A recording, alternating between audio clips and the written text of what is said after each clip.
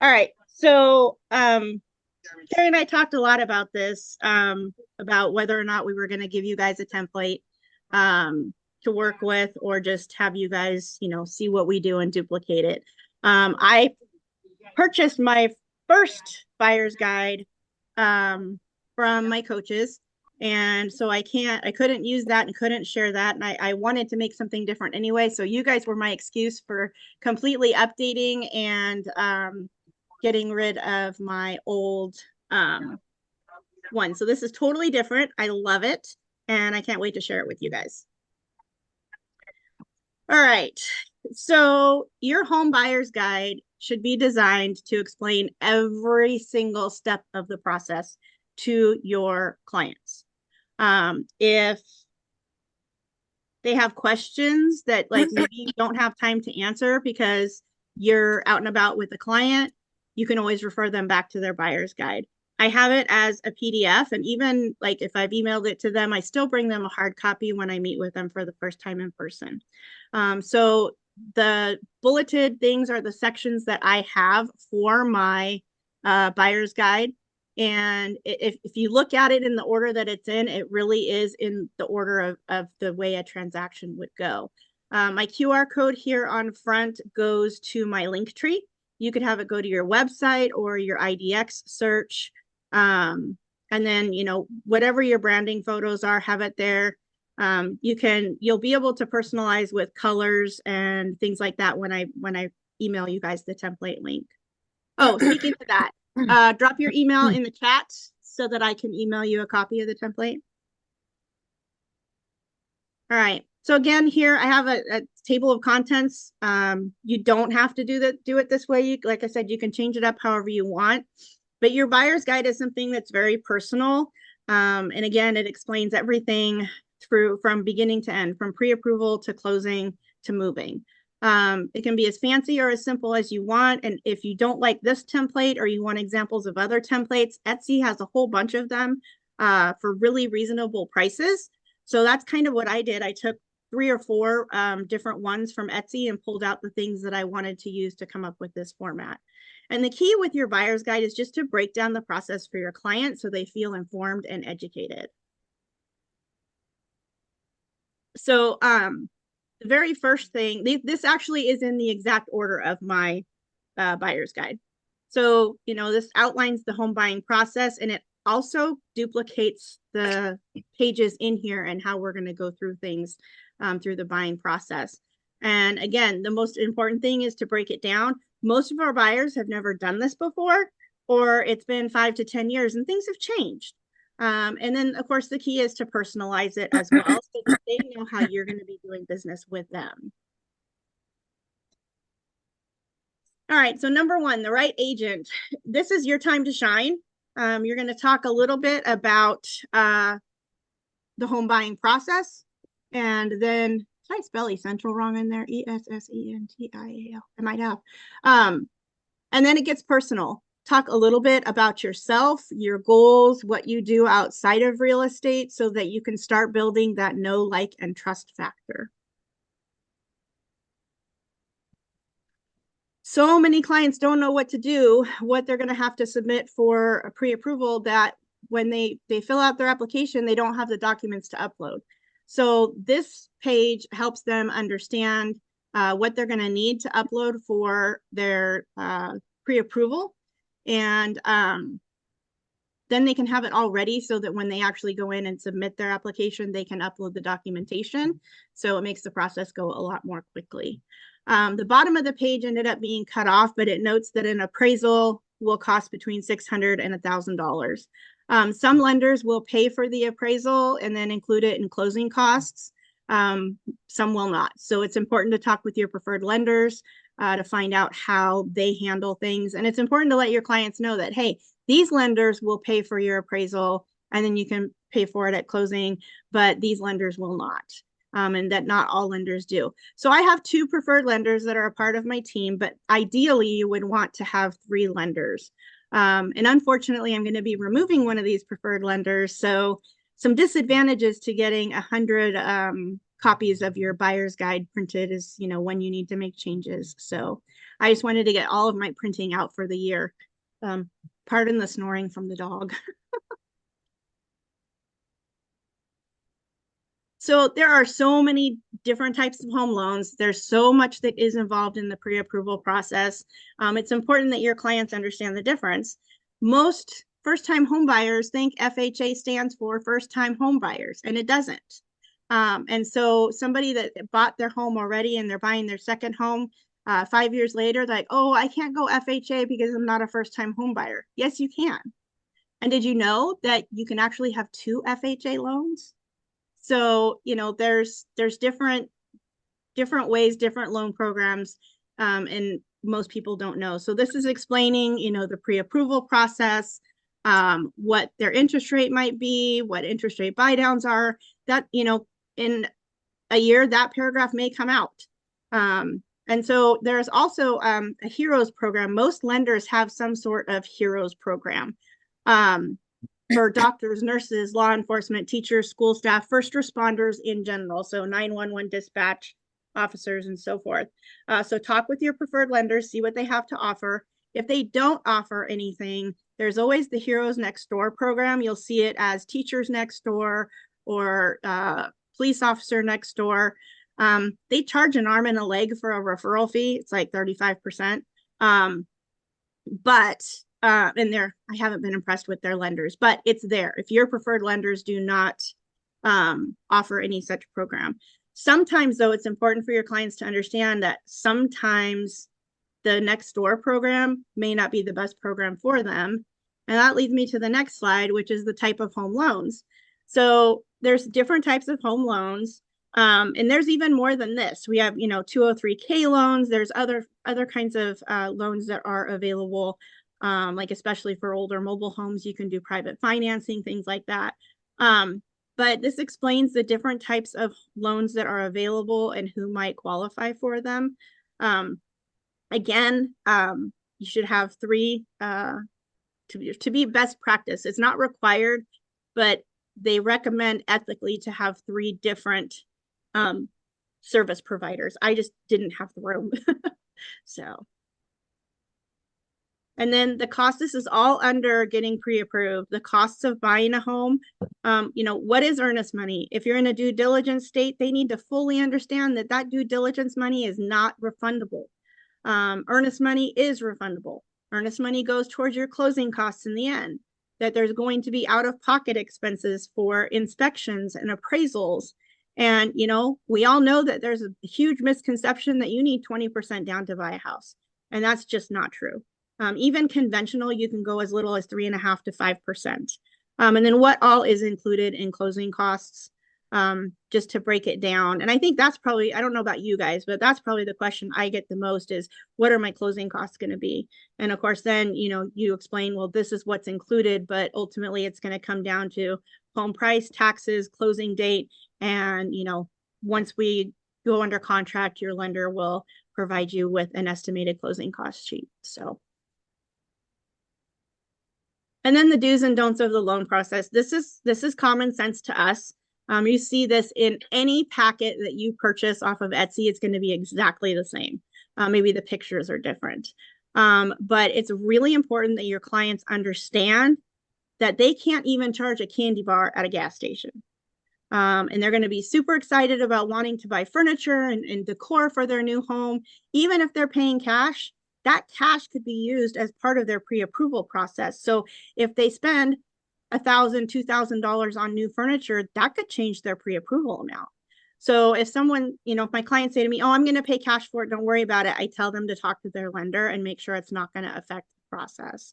Because I've had several times where, my client had $35,000, $40,000 in the bank, but they were counting on that as reserves as part of the pre-approval process. So super important. All right, any questions so far? Okay, so start home shopping. This is the part that your clients get the most excited about. They want to get to this point. They want to look at houses. They've been looking at houses online. So, I'm a big stickler on getting pre-approved before we look at houses. I said earlier, I will show you maybe 1 or 2 houses if you're local. If you're not local and I have to drive an hour to show you a house, you're going to be pre-approved. And then just some quick tips for your clients, not to put too much in a search criteria, things like that. You can also talk about how you do business here. For example, a lot of people will set up a search in the MLS and just let it automatically email to their clients. I don't do that. I preview every single listing that comes up, meeting my clients' needs and wants. Well, needs, really, their needs. And I look at each one. Because there are certain things that your clients will say, oh, God, I can't stand having, a small island. It needs to be big or not at all. And so you're looking through the pictures and, oh, okay, that has a really tiny island. It's pretty useless. I'm not going to send it to my client. Or if it checks all of the other boxes, I will explain, hey, this one has a really tiny island, but you could easily change it out. And I wanted to send it to you anyway, because it's just a great house. So I literally preview every single listing and then I send them to my clients. I tell my clients if they find something on realtor.com, and that's where I encourage them to go. If they find anything on realtor.com, just to send me the address. But I also let them know that if I didn't send it to them already, there's probably a reason why. And I can tell you 99.9% of the time, there is a reason why. So everybody, when we first talk with our clients, we kind of go through the Ford questions and we find out what their needs and their wants are and what their desires are to move, and we take notes. But I also have them fill this out because it makes them sit down and think about it versus just rambling stuff off while we're talking. For example, maybe a fenced yard is going to be a requirement, but they just said, oh, 3 bedrooms, 2 baths, a yard. We would like a nice sized lot, but they never said anything about fencing. So those things, it makes them sit down and think about what they need and what they want. Sometimes they'll say, what do you mean? What do I want? And I'm like, well, what would make a home sparkle for you? Is it a hot tub? Is it a fireplace? Is it a soaking tub in the master bathroom? What would just make this home pop out and go, wow, I want this house? And then I have them send it to me. I do that for documentation purposes in case there's an issue later. And then also if we ever need to have a come to Jesus conversation because they are getting, way out of control with what they think they need in a house, then I come back to this and show them, hey, look, this is what you guys said you wanted. Writing the offer. So again, I do this a lot different than any other agent. Well, not any other agents, most agents.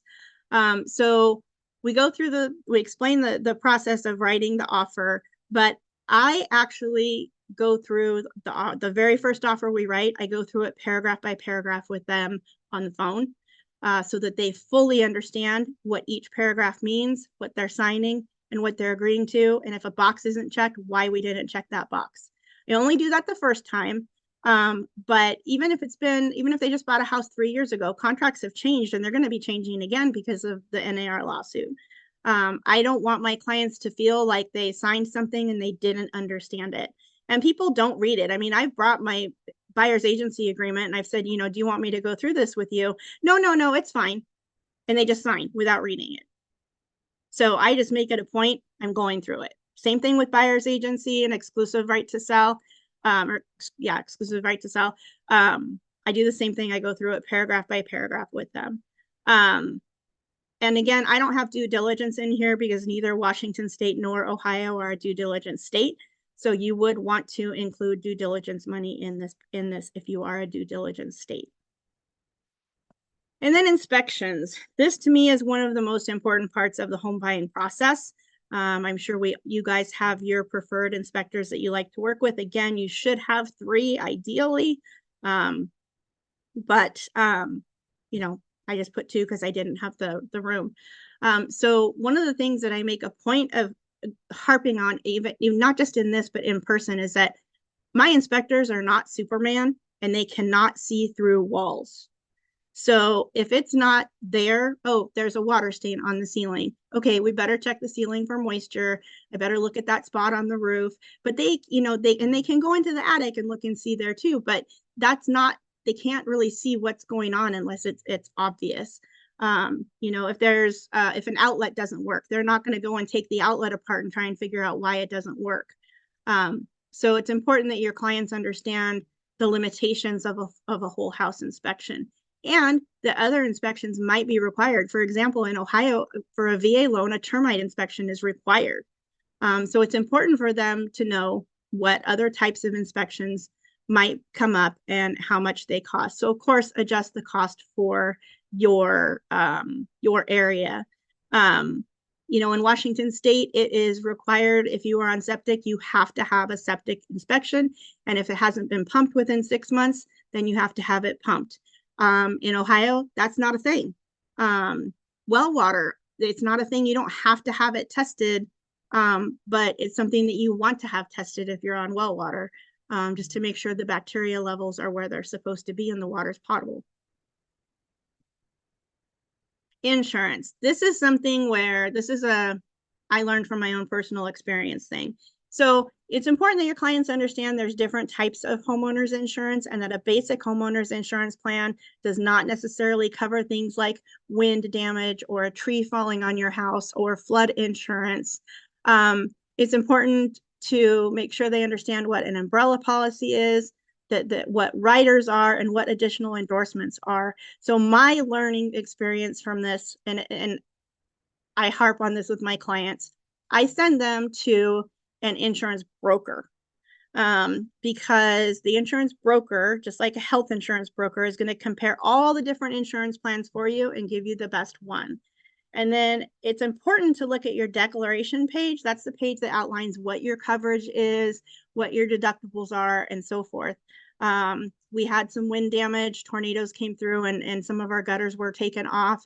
I called, and oh, lo and behold, my deductible was $6,000. I had no freaking idea.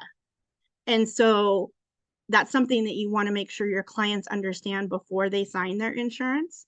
And the endorsements there at the bottom, not all insurance companies offer these, but I was really disappointed that they weren't offered to me in the beginning, because our house is old. We have old plumbing. Our septic is old. I mean, it was built in 1900. Some of it's been updated, of course. But their State Farm for sure offers all of these. There's cyber coverage. So, if you're super worried about that, your identity being stolen, things like that, there's coverage for that. My bank, it has really good liability coverage for that for us, so I didn't worry about that. But home systems coverage includes your hot water heater or boiler, heat pump, air conditioning, things like that. So this is like a home warranty, but better, because the line coverage also covers your plumbing, leading out to your septic, out to the street, things like that. And also, of course, if you have any really expensive jewelry, you want that rider for some extra insurance to cover that piece of jewelry. So it's just important that your clients understand everything that's available and out there. Negotiating. So we've done our inspection, and we all tell our clients, but it's super important they understand that we don't ask for the little stuff, we ask for the big stuff. And that there's different ways to ask for that stuff to be repaired. Some things, like I have a client who's really strapped for cash, but desperate to get into a home. And he found a mobile home that he thought was going to be perfect. And I called the listing agent, and she says, yeah, there's no hot water heater. I'm like, okay, so this is bank owned, so it's as is. But in any other circumstance, we would negotiate that the hot water heater be installed before we move in, because of course with an FHA loan that would be required anyway. But little things like cracked switch plate covers, dead outlets, like a lot of times I'll see, so really in Ohio is hick country, at least where I am. In the city, not so much, but the cities are very densely populated. It's more rural, where someone will go and change out their fixtures in the shower, and there's like a half-inch gap between the water spigot and the wall. Depending upon your person, that is something you may want to have a licensed plumber come in and take care of, or if it's something they can do on their own. Or again, you can ask for concessions as well. So they need to understand what their options are. And then, of course, after we've negotiated repairs, so it's different in Washington. So it's different in every state, just using Washington and Ohio because it's what I know. In Washington, your appraisal is not ordered until you are done negotiating repairs. In Ohio, it's ordered much later in the process. So it's weird. Every state's going to be different. So make sure you know how that works for you. And then they need to understand what the appraisal means and why you get the appraisal. And they need to be prepared for a low appraisal. We're not seeing a lot of that very much right now, but I expect, since inventory is not jumping as we all expected this spring, I expect that we're going to see, over asking to a situation where it may not pass an appraisal. I don't remember who I was talking to. It was somebody here in Ohio. They had 30 offers on one property. So it is happening again. And that's going to, there's going to need to be some appraisal gap coverage when you're offering in a multiple offer situation. So making sure your clients understand. And then this is just a little something that, so your clients don't get overwhelmed. I know some people will wait until the very last minute to start packing. Now, if it's a sell by, then they've already packed up half of their stuff to get their house on the market, all of their knickknacks and clutter stuff. So, that makes this a little bit easier. But I also like to do little things during this process. So as soon as we're under contract, buying or selling, I send out this cute little movie popcorn thing with a Redbox gift card. And I say, kick up your feet and relax before, everything gets busy. Once we get to that point, like 2 to 3 weeks before, I'll send them some multi-size boxes, some Sharpies, and some packing tape. Some agents I've seen getting the boxes branded to them. I'm not sure how beneficial that is, because 9 times out of 10 they end up in the garbage. So I don't know if I want to spend the money on that. And then of course, as we get closer, then if they need help with stuff or whatever, we'll pop in and do that. But I like to do those little things throughout the transaction so that they know, hey, I'm still here and I'm paying attention. And then of course, the very last thing is going to be your testimonials. One thing I'm going to start doing is trying to get a video testimonial as well. It just gives it more credence. Of course, you can't put that in your buyer's guide, but it's great for social media. And then, put a face to the name. So it's not just some sort of, person that could be your neighbor, and this is why they want to do business with you. And pick out reviews that talk about different things. Like one was, we got way more than we asked for. Another one, I was so nervous, Kat explained the process. Kat was patient, those kinds of things, so that it goes towards the know, like, and trust factor. And I think that's it. So any questions? To answer Dina's question about, do I meet with them and present? It depends on what they need and what they want. I definitely have that first phone call where, again, I go through the Ford questions. I check off my boxes on my Trello board to make sure I have all the information for the client, email, referral, that kind of thing. And then if they're ready and they want to go look at a house, then we'll go look at the house. And that's the first time I've met with them. But if they're just saying, hey, I want to start the process, great, let's sit down and meet for coffee. And then I don't have, like I said, I don't have a digital. I just take the guide and go through it like I just did with you guys and kind of point out, every little thing and say, this is for you to take home. Please read it. It will answer a lot of your questions, and just go through it little by little so that they understand the process. So it's really not a big presentation. It's, just getting down and meeting with them individually and building that know, like, and trust factor.